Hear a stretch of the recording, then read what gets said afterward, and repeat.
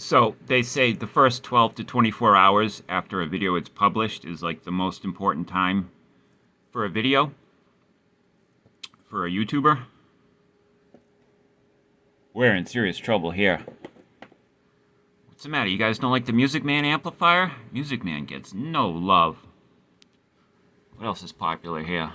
Oh, friggin' transvestites. That's it. We're gonna have to work in transgenderism into our videos. Just want to say you guys asked for it, and I'm gonna cram this Music Man down the internet's throat. Leo Fender's not getting any love, which is weird because, you know, Fender, Marshall, Vox, but Music Man guitars and amps, basses.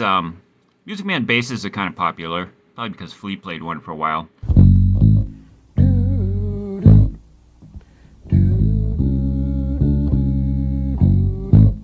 Nice. I like that.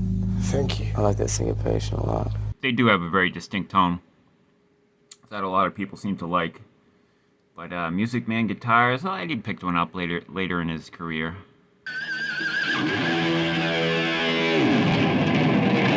It's kind of a boring looking guitar. So they're okay, but like G&L, which are incredible instruments, they get no love. So I don't know, man. I guess the moral of the story is, when you get a good gig, don't leave it. Yeah, and one of those views was me test viewing it. We're in trouble. I have one friend. Hey Terry, how's it going? Yeah, we do have some microphonic tubes.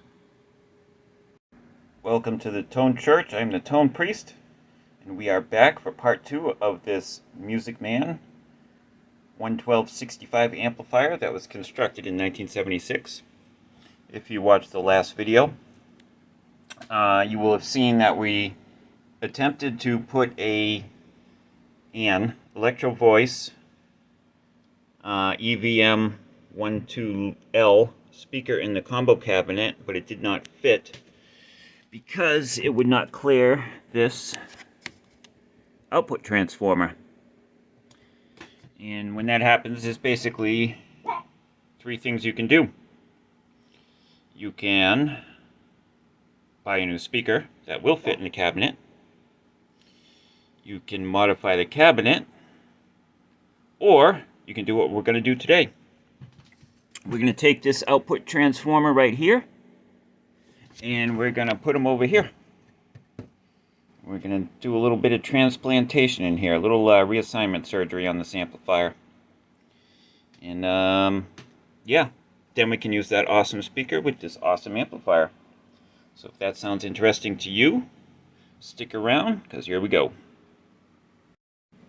Alright, so the first thing we need to do is disconnect all of the output transformer wires from the amplifier. And I believe there are 6. We have 1 to each power tube plate. So that's this, looks orange, but we're going to call it brown. And then a blue one. There's the ground wire. The red wire here, that is the center tap. And then we have a 4 and an 8 ohm tap on this switch right here. Alright, so we're going to unsolder those from the chassis, and then we're going to do something else after that. Hang on, here we go. Alright, I have all the wires desoldered from the circuit. I removed the screws that were holding the transformer to the chassis, and there's actually threaded holes in the chassis. It's not just like sheet metal screws, so that's kind of nice. But I think when we reinstall it, we'll use, you know, lock nuts and bolts. But so now I'm going to very carefully move the lighting so you can see, and we're going to very carefully lift the transformer out and hopefully not wreck any of these wires. There they are. Alright, so we made some careful measurements. We want to make sure there's enough room on the side for the cleat in the cabinet for this thing to slide on and not bump into the transformer when it's down. And then also this ledge right here slides on top of the baffle board, so we're going to make sure it's back a little bit too. But yeah, it's going to be our 4 holes, and then a hole for the wires right here. And this is going to be sitting under the main circuit board. So yeah, this is a real deal project, but I think we can handle it. All right, we have the output transformer bolted down to its new position, and we're test fitting it in the chassis. And bam, there it is. She fits. Plenty of room. There she is over there. Get some light up in there. You see that? I'll show you the front. Here's the front. As you can see, the chassis fits in there perfectly. The way it was before was probably an inch and a half away from the edge of the baffle here. That's as far as it would go. Alright, we're going to continue on. We'll get this sucker wired in and see how it works. Alright, got the output transformer mounted. Got the big hole with the grommet for all the wires. So now we're going to flip her over and go to the business end. Alright, I've been working on this little project here for going on day 3 now, doing a little bit after work every day. We're ready to fire her up. So the output transformer was over here. It was, when you push the chassis in, it was hitting the back of the big speaker we want to use. There wasn't enough room.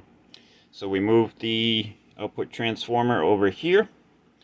And of course, it's further away from where all the wires need to be, so we needed to make longer runs for the wires. So we landed the wires coming out of the transformer here, and then we added new wires, and they're all going hopefully to all the places they need to go. And hopefully we didn't just add a whole bunch of noise to the circuit, but we are ready to fire this sucker up on the Variac, and hopefully it will prove to be a successful endeavor. So let's find out. Alright, we have the Variac dialed up to 90 volts. About 29 watts, and plugged into channel 1, input 1, 6 and 4, and oh yeah,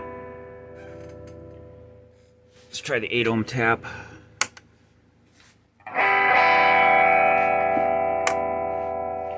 Alright, everything seems to be working. Nice. And I don't hear any noise whatsoever coming from this. Oh, a little bit now that I freaking crank it, but it's certainly nothing to write home about. Excellent. Alright, let's dial it up all the way. See what we get. Alright, we're dialed up to $120 on the Variac, and I just have a bench speaker plugged into it. It's a shitty crate speaker that I pulled from the chassis that I used to build the Tweet Bassman clone.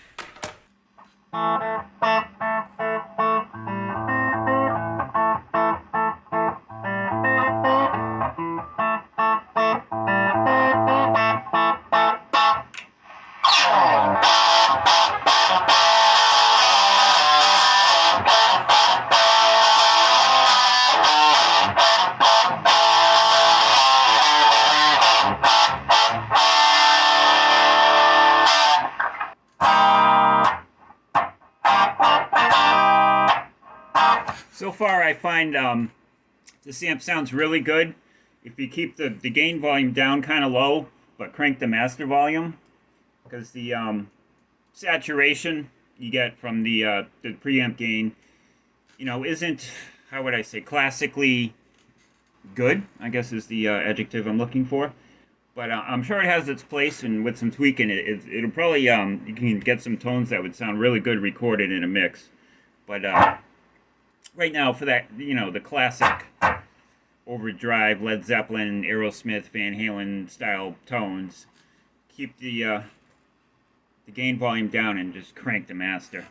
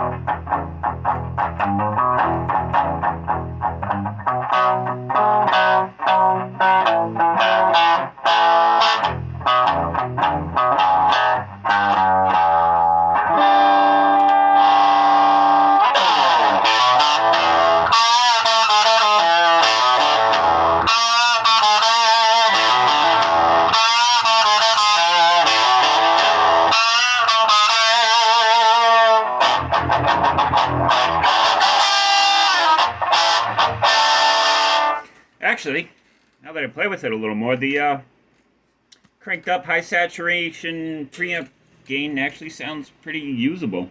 I think in a mix it would cut and it would sound good. But anyway, yeah. Looks like everything works. There ain't a whole bunch of noise added to the circuit. So I'm going to tidy some things up in here, and we'll stick her in the cabinet. Yeehaw, motherfucker. Bam, there she is. Look at that. Got that big, beautiful Electro Voice EVM 12L in the cabinet, and the chassis fits. This is where the output transformer used to be, and I couldn't slide the chassis in all the way because it would whack into that. And there she is now. Can't really see her behind the tube shield here, but she's tucked away nicely. This came out great. Let me show you the front. And there she is. Oh wait, I gotta stop saying that. It's not a she. I've been informed that this amplifier identifies as a man, so I have to stop referring to it as she. What is a woman? Can you tell me that? It is a music man. And that's what this was all about. We needed to do some transformer reassignment surgery, and the surgery was a complete success, as you can see. Chassis is all fitting in there nicely and looking good. But we still need to do a little bit of cosmetic surgery, which we'll do in the future. Pretty much just fix the peel-in Tolex on the back, and then if I can get some light up here on him. Don't have the chassis straps, and unfortunately, Music Man uses I think they're 4 1/4 inch or 4 1/2, something like that. Regardless, they use non-standard sizes, which are basically unobtainium, or I think I found a set on Reverb for like $30, but that ain't happening. So we may end up going with something like this, with just like a dress washer, if it'll be in focus. Apparently not. But we'll think of something. We'll order something up. We'll MacGyver this sucker back together.